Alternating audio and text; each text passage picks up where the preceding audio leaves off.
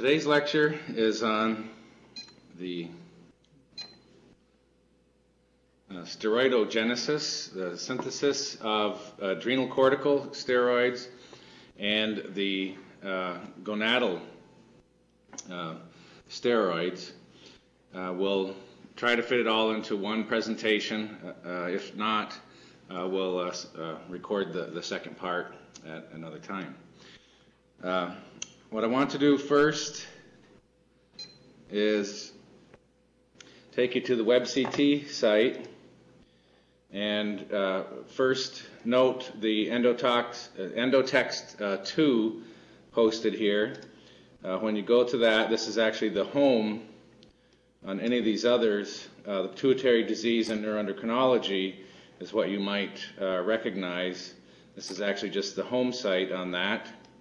And there are a few of these chapters that are important for our studies now. Obviously, the male reproductive endocrinology, female reproductive endocrinology, within which the two-cell theory for steroid, two-cell, two-receptor theory for steroid synthesis in the ovary is discussed. And then, let me find it here. Oh, come on, I was at it all day today. Must be this one.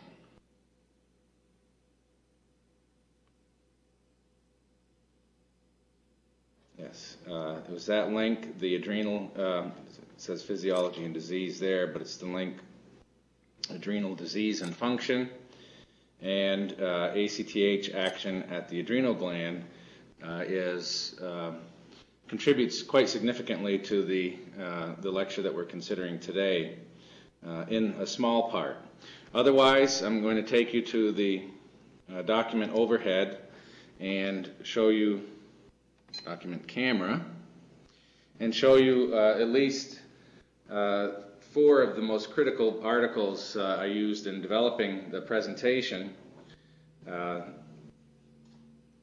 are 3 that are at least at this time available as the full publications. I was only able to download this one from the author's site until it becomes available for free, I guess, from the journal.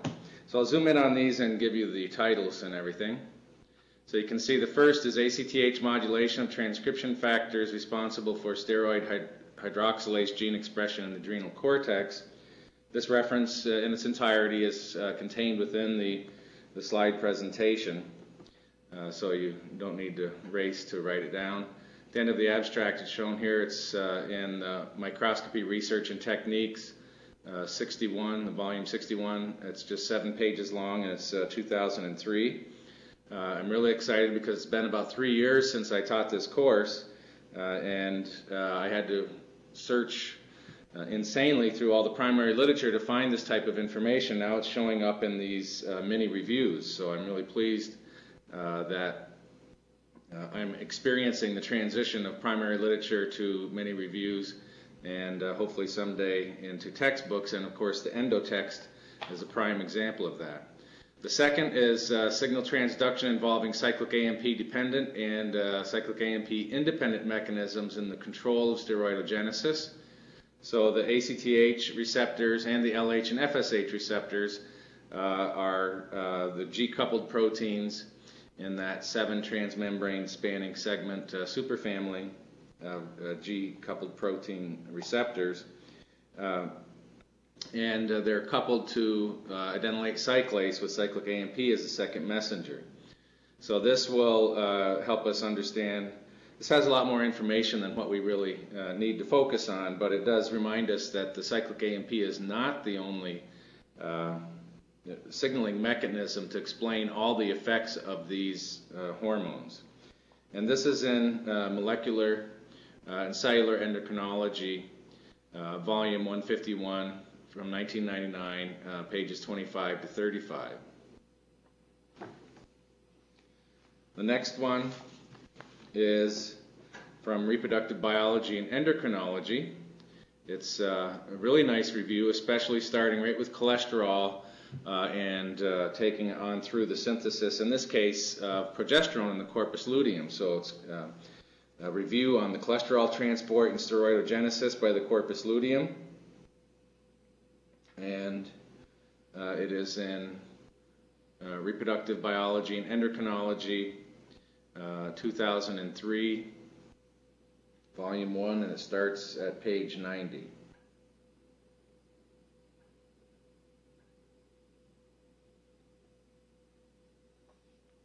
And then the fourth one is multiple signaling pathways regulating steroidogenesis and STAR expression. More complicated than we thought, so obviously another review article. Note this is a person from Texas Tech University Health Science Centers in Lubbock, Texas, and it is published in Molecular Endocrinology. And as I said, this was the document made available by the authors after publication, so it was first published April 14th, 2005.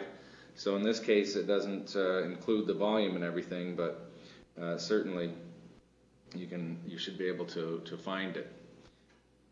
If you can't find it, you can email me and I can give you the links if I haven't already provided them. So these are the sources, or that's the textbook for this portion of our discussion of neuroendocrinology. And now let's switch over to the slide set. I realize you probably can't see these links in blue, but these are some other links. This is the Endotext link here, another Endotext link here for the 2-cell 2-gonadotropin mechanism, and then an original site at the University of Wyoming for reproductive endocrinology.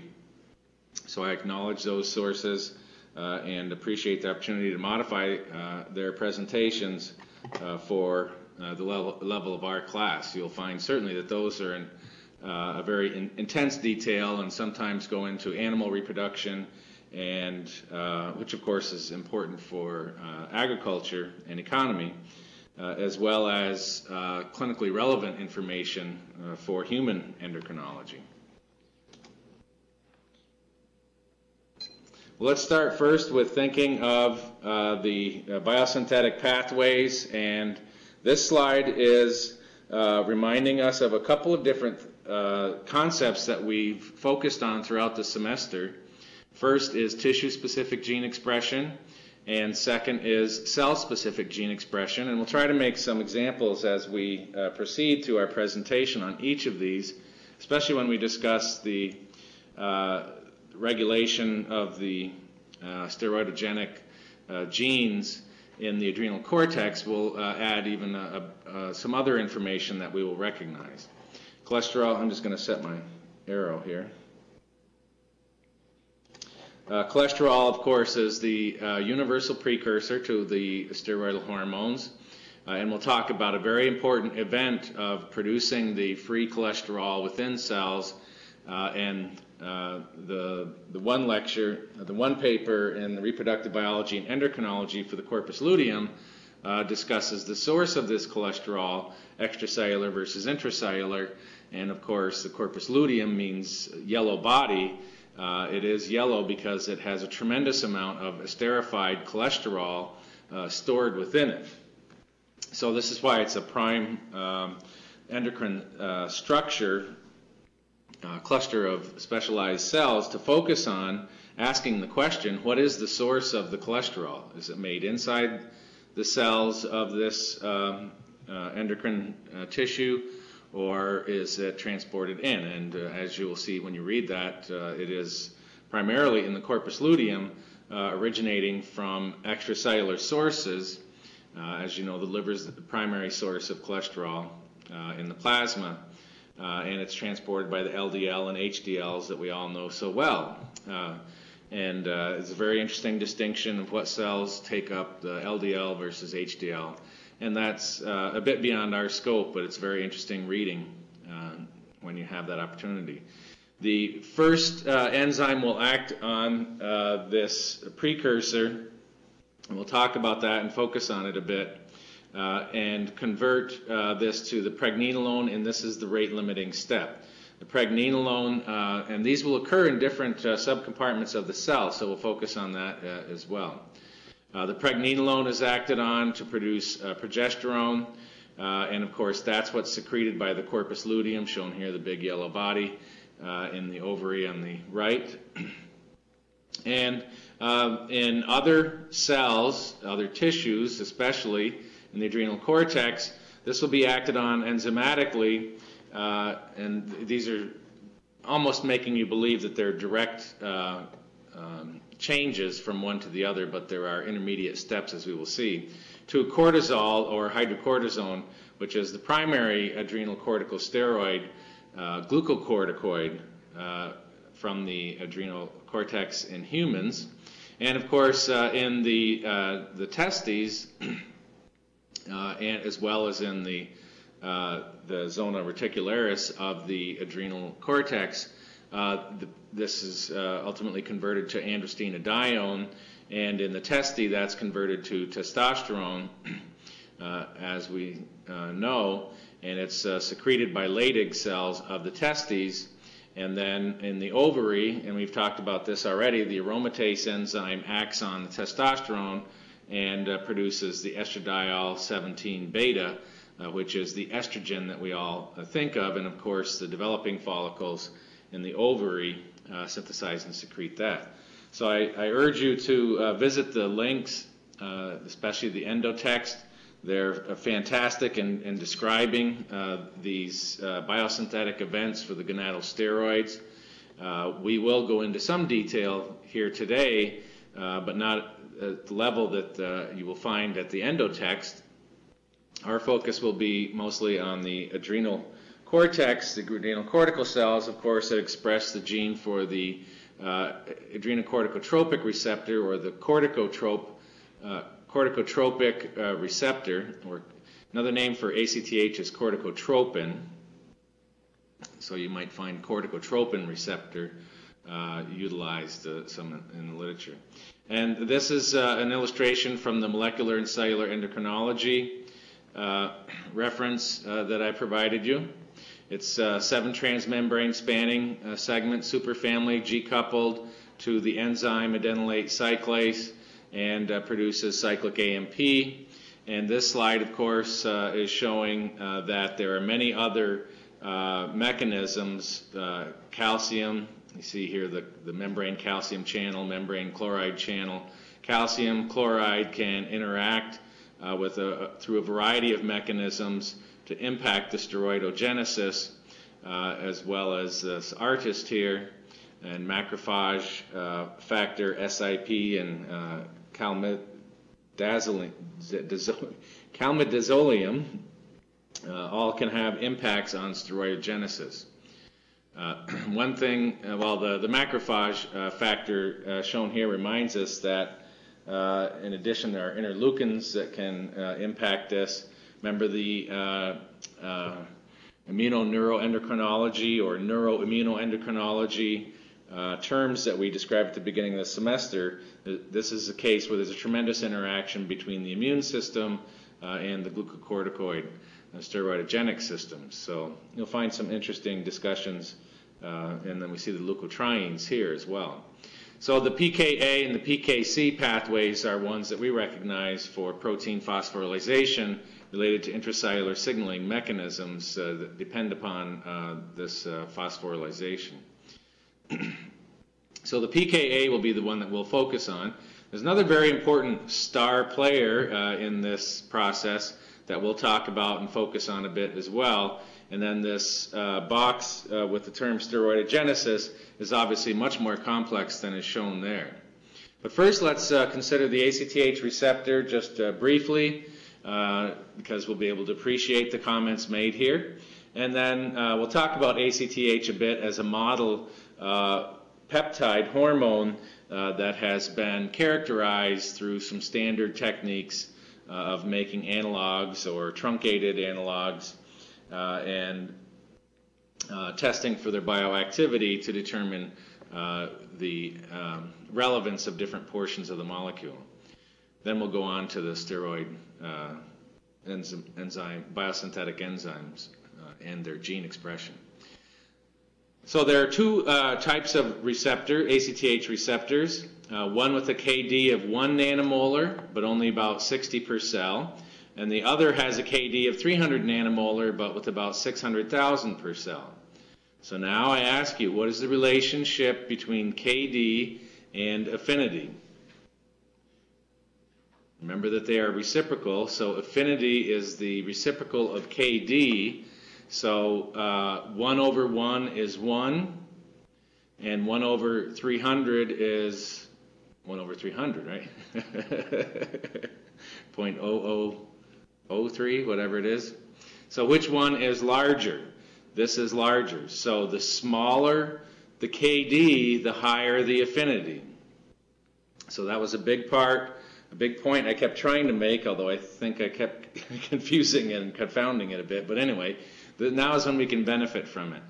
The low KD, 1 nanomolar, means a high affinity. So there's a small number of high affinity receptors for each cell. And then there's a large number of high KD, low affinity receptors per cell. So let's look at the next comment and then try to make sense of how this would work. So the presence of these two, the high and low affinity receptors, means the tissues are sensitive not only to the presence of ACTH, but to its concentration. Okay, so the low KD, high affinity, means that at low concentrations, these receptors, the high affinity receptors, will be activated. So that is detecting the presence of ACTH. Really quite low concentration there for interstitial space concentrations of this hormone. And then when plasma ACTH levels increase, then the low affinity it reaches the concentration close to the KD 50 for the low affinity, and then they mediate that response of these target cells to the increased level of ACTH. So we had a similar discussion when we talked about the two types of glucocorticoid receptors within the brain and throughout the body. So this concept of KD50 and affinity is extremely important biologically, as well as in drug design and development, and clinically and physiologically as well. Well, let's think a bit about the bioactivity of ACTH to see another traditionally and historically relevant and typical approach to investigating this for peptides.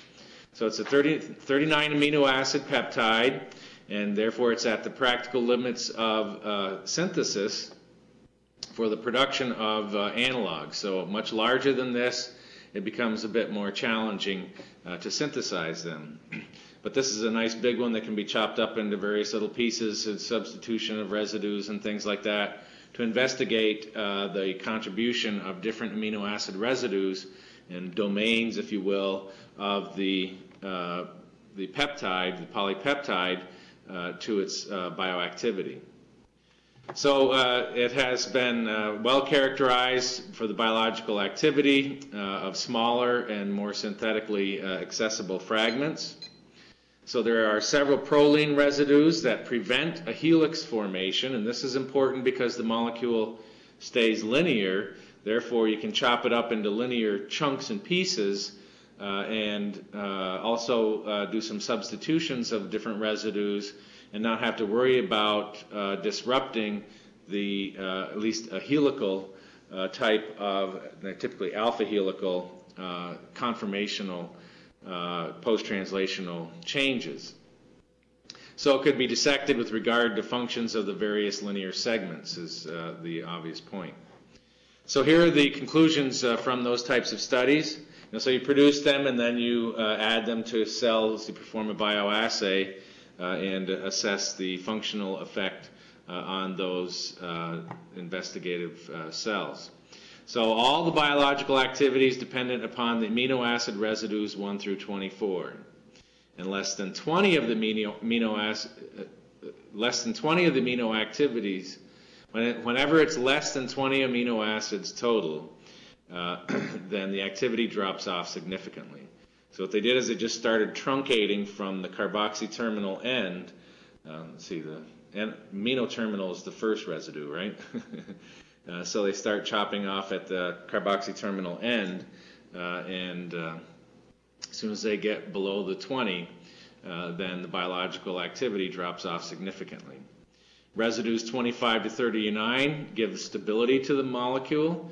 In other words, increasing the peptide half-life. So this is a distinction to the mechanism for extending half-life that we saw with the TRH, the tripeptide. So different biological, physiological approaches to extending the half-life of the peptides.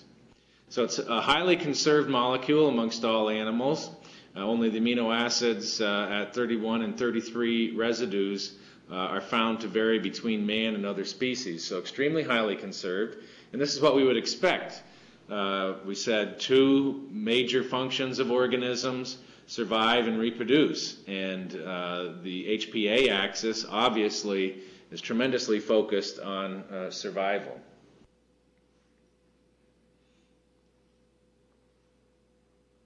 And interestingly enough, those are the survival, the HPA axis, at least, as a major component of that organismal function, and the HPG axis are the 2 that utilize steroids as the hormones 3. So this font is rather small, but that's fine. Let's just go through some of these conclusions, and we'll look at a schematic illustration of this on the bioactivity studies.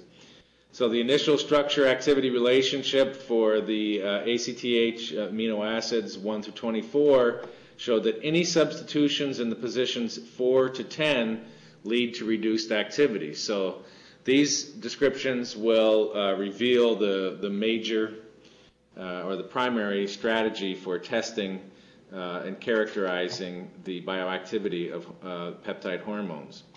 Additionally, amino acid residues 15 to 18, there's a lyse-lyse arg-arg sequence found, and it's important for the binding to the receptor. Remember, we said that whenever these types of amino acid residues were present, one of the first things we thought about was a potential enzymatic cleavage site by an endopeptidase.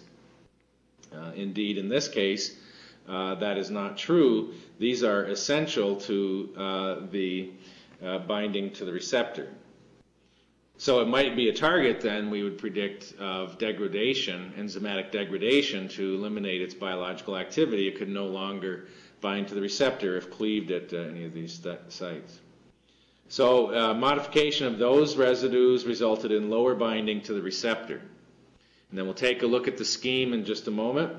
And the amino acid sequences within the ACTH peptide can, as we'll see in the illustration, can elicit antagonistic effects to the activity for which the entire peptide serves as an agonist. So when it reaches a certain point, it can bind, but it can't act. So let's look at the illustration and try to make sense of that. So characterization of ACTH itself, we see amino acid residue 1 and 24, so the amino terminus and the carboxy terminus. And here's the sequence they're talking about that is essential for receptor activation. However, this is the portion here that is essential for binding to the receptor on the adrenal cortex and fat cells. So testing a peptide from the residues 11 to 24, we note that it is an agonist, at least in causing magnesium accumulation, but it's antagonistic to steroidogenic effects seen by ACTH. Why? Obviously because it doesn't include this key receptor activation portion for activating the adenylate cyclase. So binds but does not activate. So incapable of triggering the conformational change in the receptor.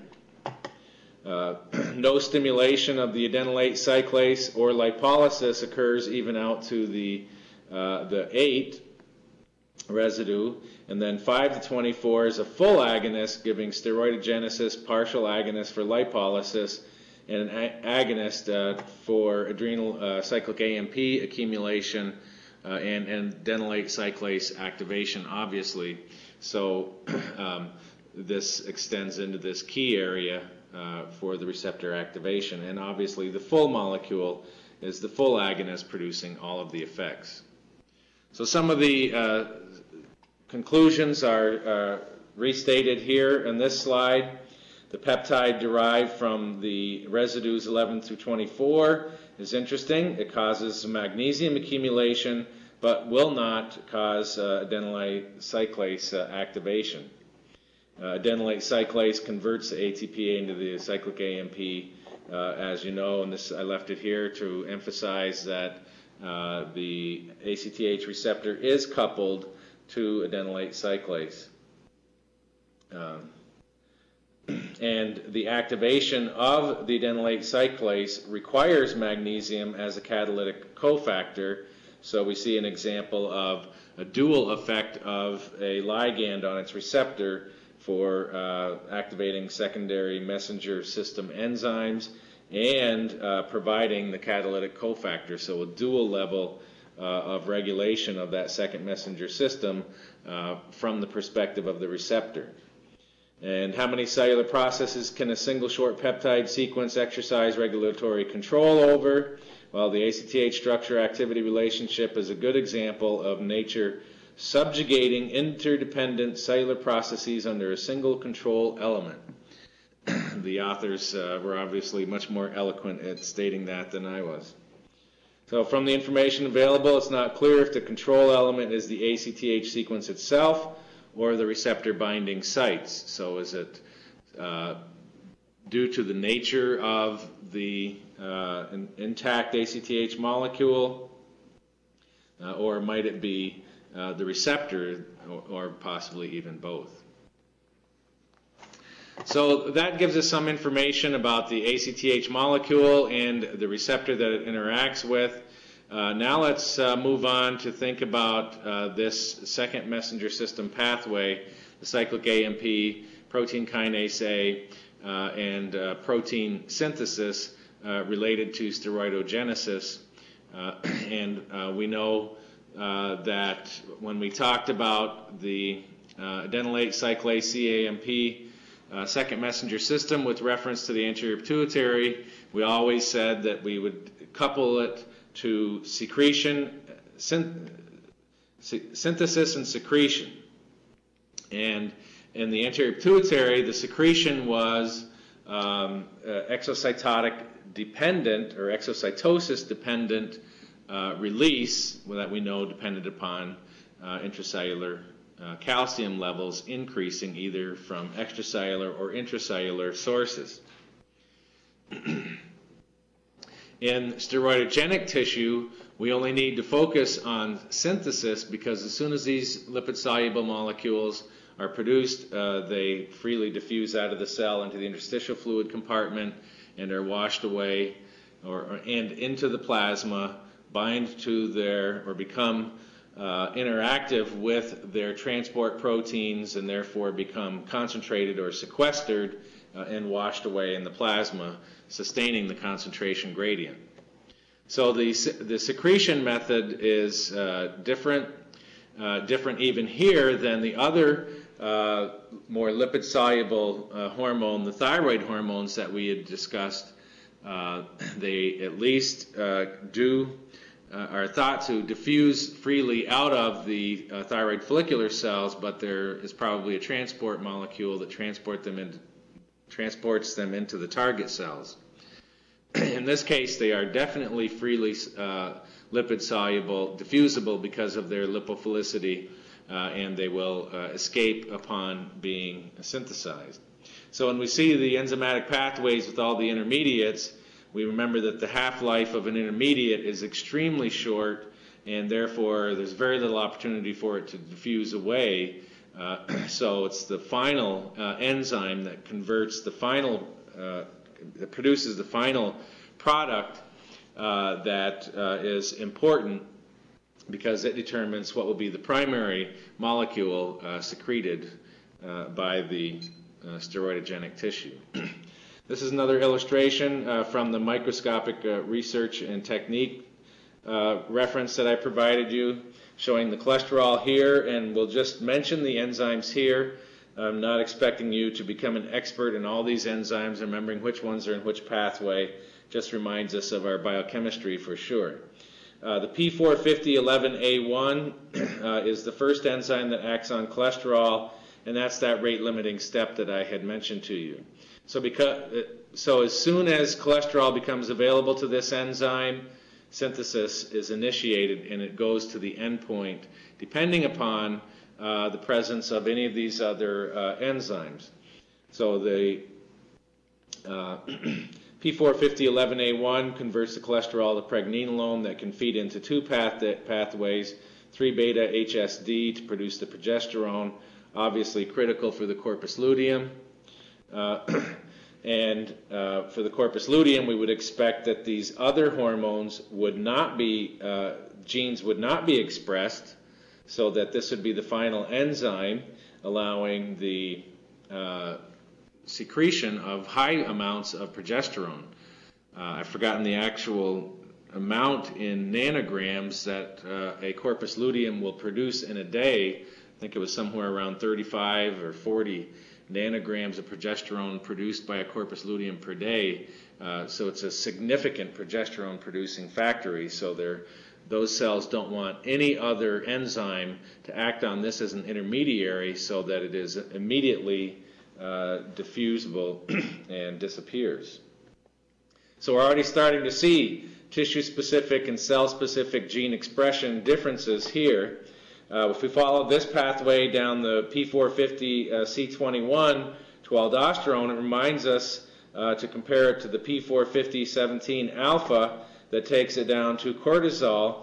We obviously have cell-specific gene expression differences here. These would be the cells of the zona glomerulosa, and the zona fasciculata would be represented here for the synthesis of the cortisol, the glucocorticoids, and then the zona reticularis, of course, would follow these pathways with the P450-17-alpha rather than, or maybe in addition to, the 3-beta-HSD, but with these other key enzyme genes being expressed to take it to the endpoint of the androstenedione that can be converted to the androgens and estrogens.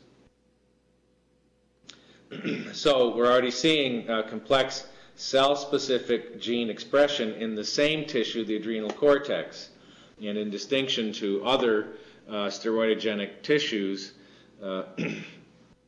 So a prime example of that cell-specific, tissue-specific and cell-specific gene expression, and even if you want to take it one step further, organ-specific gene expression, but that's implicit with the statement of tissue-specific gene expression.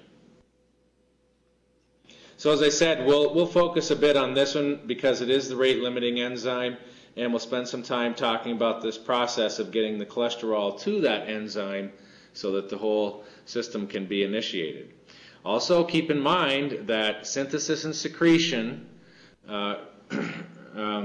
requires gene expression, and when we talked about that for the anterior pituitary or any of the neuropeptide or any other peptide hormone-producing cells, the target genes for synthesis were for the hormone itself.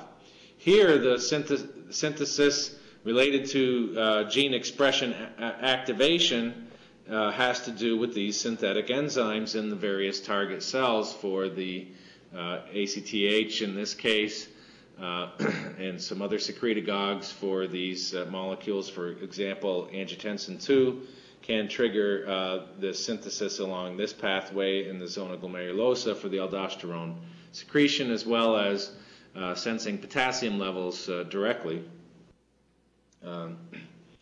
But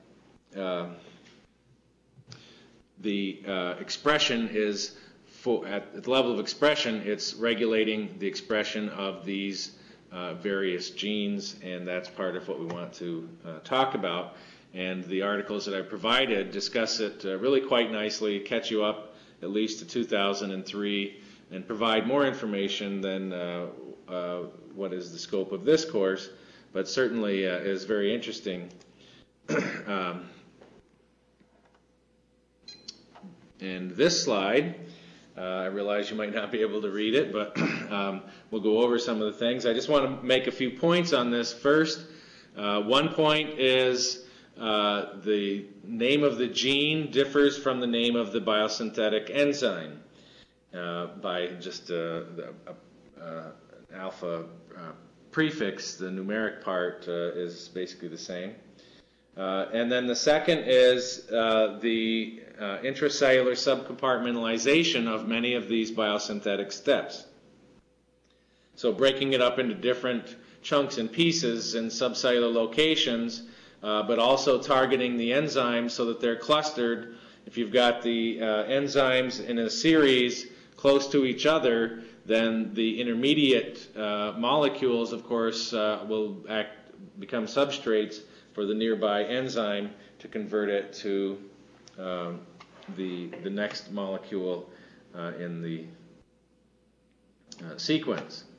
Another point is made on here, a variety of transcription factors that target each of the genes involved in adrenocortical steroid synthesis.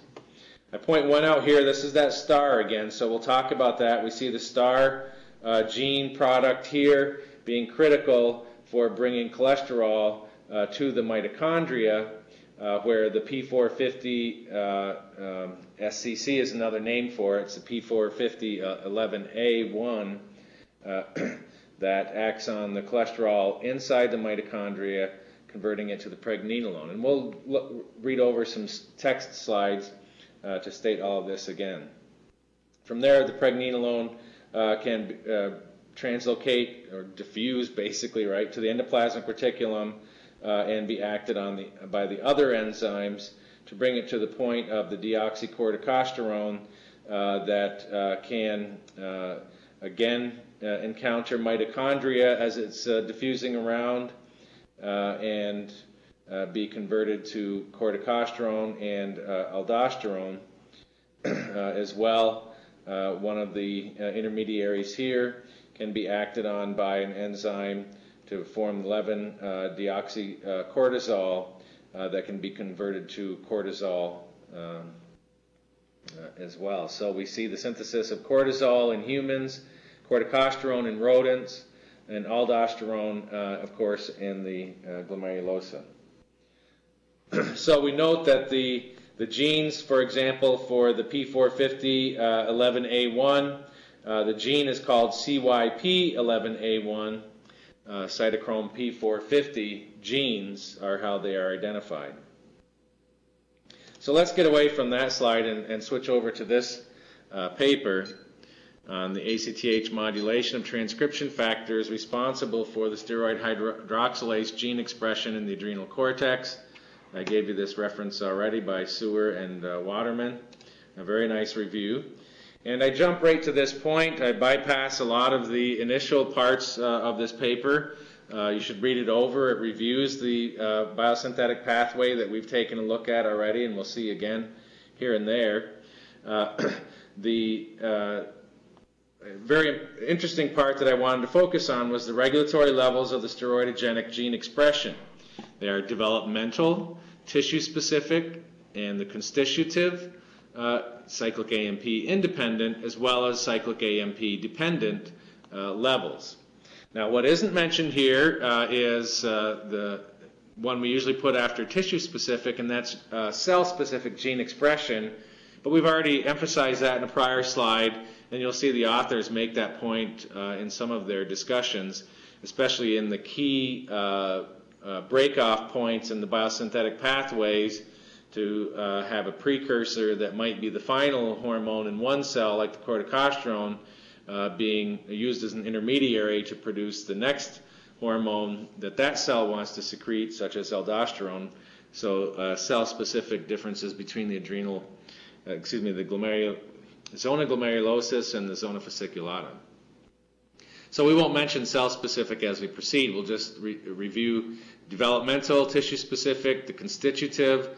Remember we talked about inducible and constitutive, and the inducible is regulated, so the constitutive is still regulated or modulated, as in the title of this article.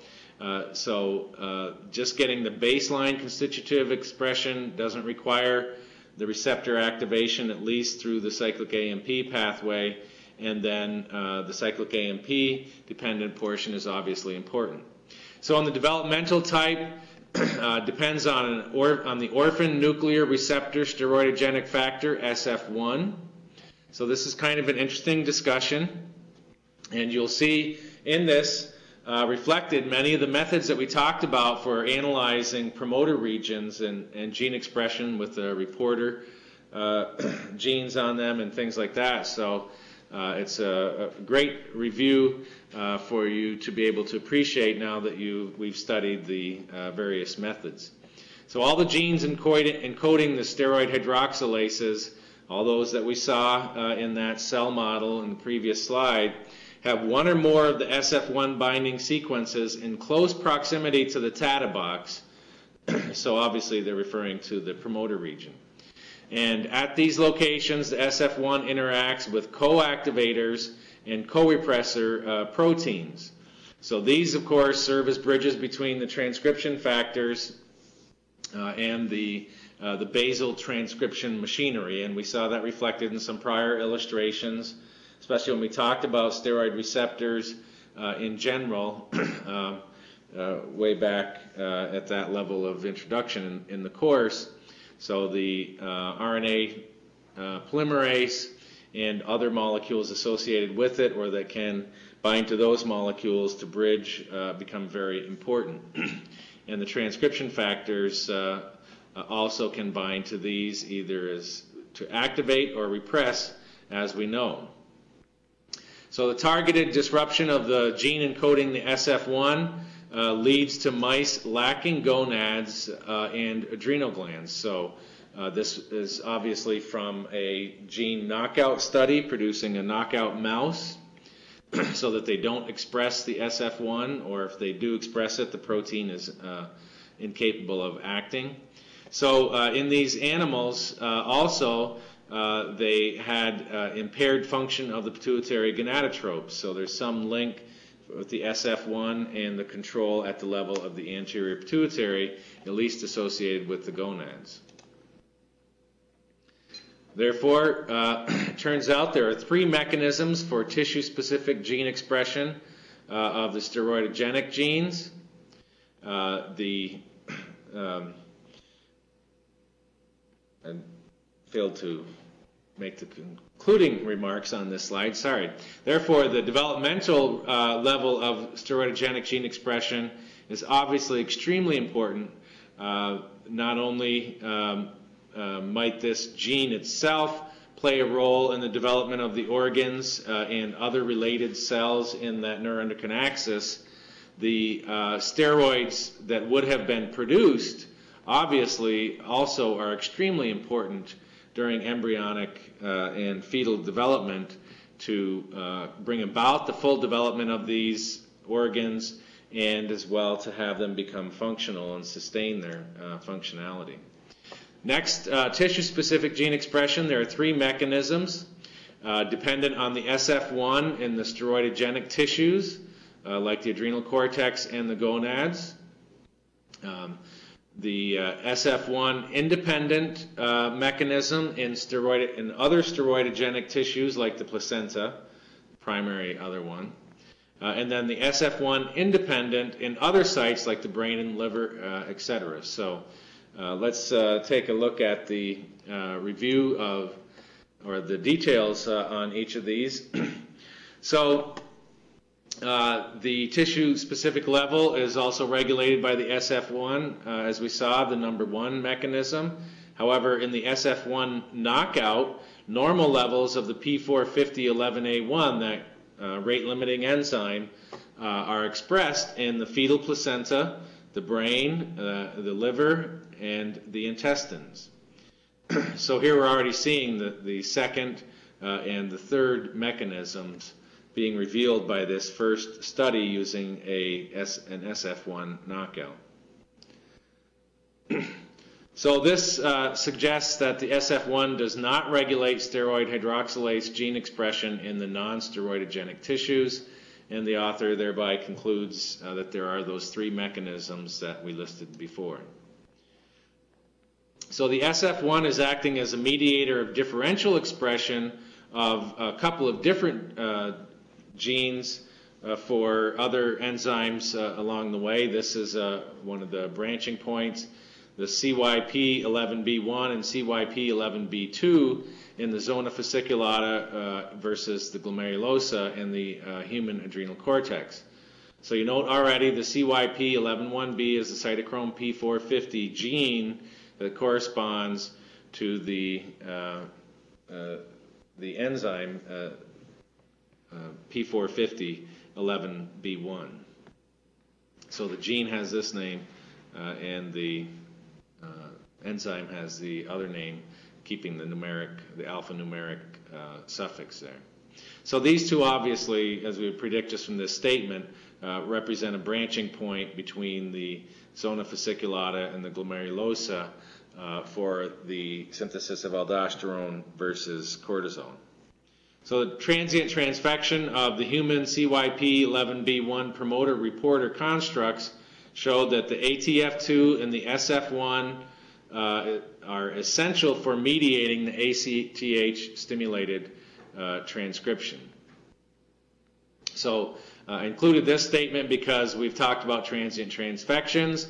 We've talked about using transient transfection to perform promoter analyses using a reporter construct, and we had some examples. So here we see that they determined that these consensus sequences were essential. So they either performed a substitution, or they did the truncation, or whatever deletion, whatever they did, they determined that these consensus sequences were essential in the ACTH stimulated transcription. Now then, the constitutive cyclic AMP independent level of the steroidogenic gene expression. These findings vary across species, so there's significant species differences.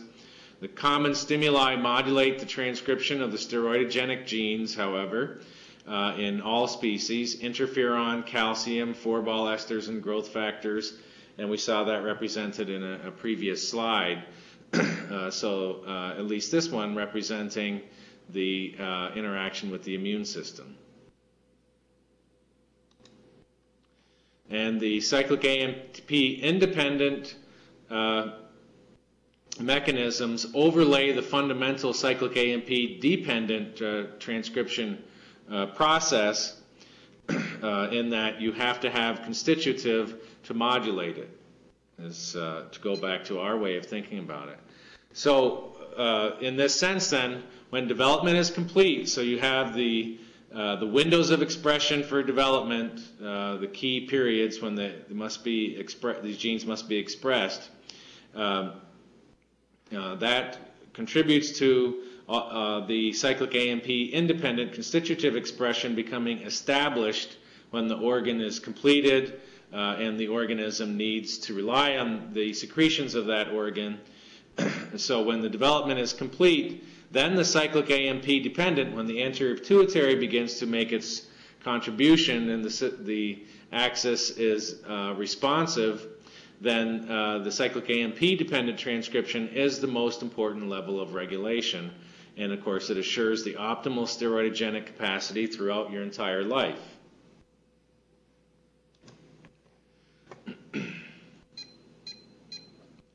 Now then, we can just talk a little bit about the cyclic AMP dependent level of steroidogenic gene expression. There's two temporal responses caused by the cyclic AMP and through the activation of the PKA. I said that's the one that we'd focus on. Obviously, there's an acute one.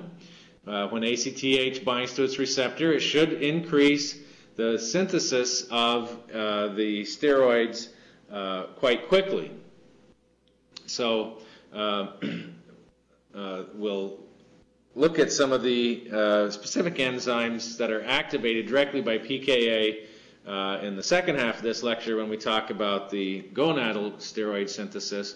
But obviously we're thinking that these enzymes the genes are expressed. We've got the inactive pool of the protein. In order for it to, the enzyme protein, for it to become activated, very likely has to be phosphorylated either directly or indirectly down the line by the PKA response to ACTH binding. Those enzymes now become active, but the precursors have to be available for them to do anything. Well, this effect can occur within minutes, and because at the same time, within hours, we begin getting expression of these genes, the steroidogenic genes, it makes us think not only of synthesis and secretion being linked to gene expression, but also that these enzymes may have a short lifetime. They might become inactivated and degraded rather quickly, and within hours we have to begin replacing their sources. And when you read the article, you'll see that some of the studies show that just within a matter of hours, or definitely over a day, the gene expression was essential for enhanced synthesis and secretion of the steroids.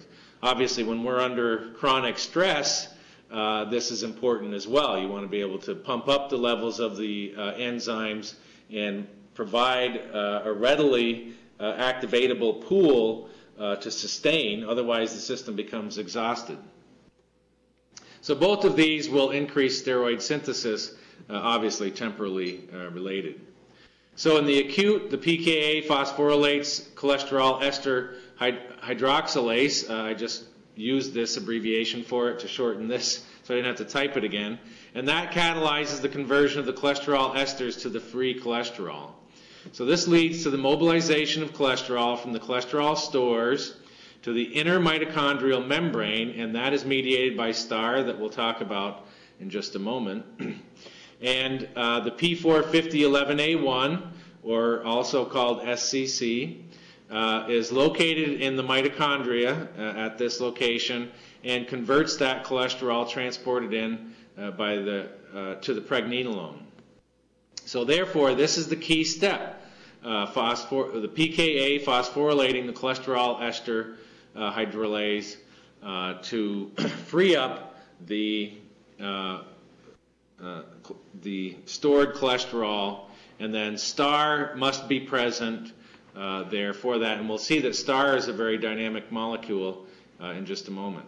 Chronic, the activation of the transcription of all the other steroidogenic genes, the steroid hydroxylases, 3-beta HSD, mitochondrial electron transport protein, adenodexin, ADX. So we ask what transcription factors might be important, and what I'm going to do is stop there, and in the second half pick up to answer this question about transcription factors and talk about our STAR and it's the key role that it plays, and then we'll complete the discussion of the gonadal steroid synthesis in the second part as well. I appreciate your time and attention. And here in November, it's not September anymore, it's in November of 2005, I wish everybody a happy Thanksgiving, and to anyone else that's watching this in the future, near Thanksgiving. And if you're watching it late, Merry Christmas. You missed your final exam.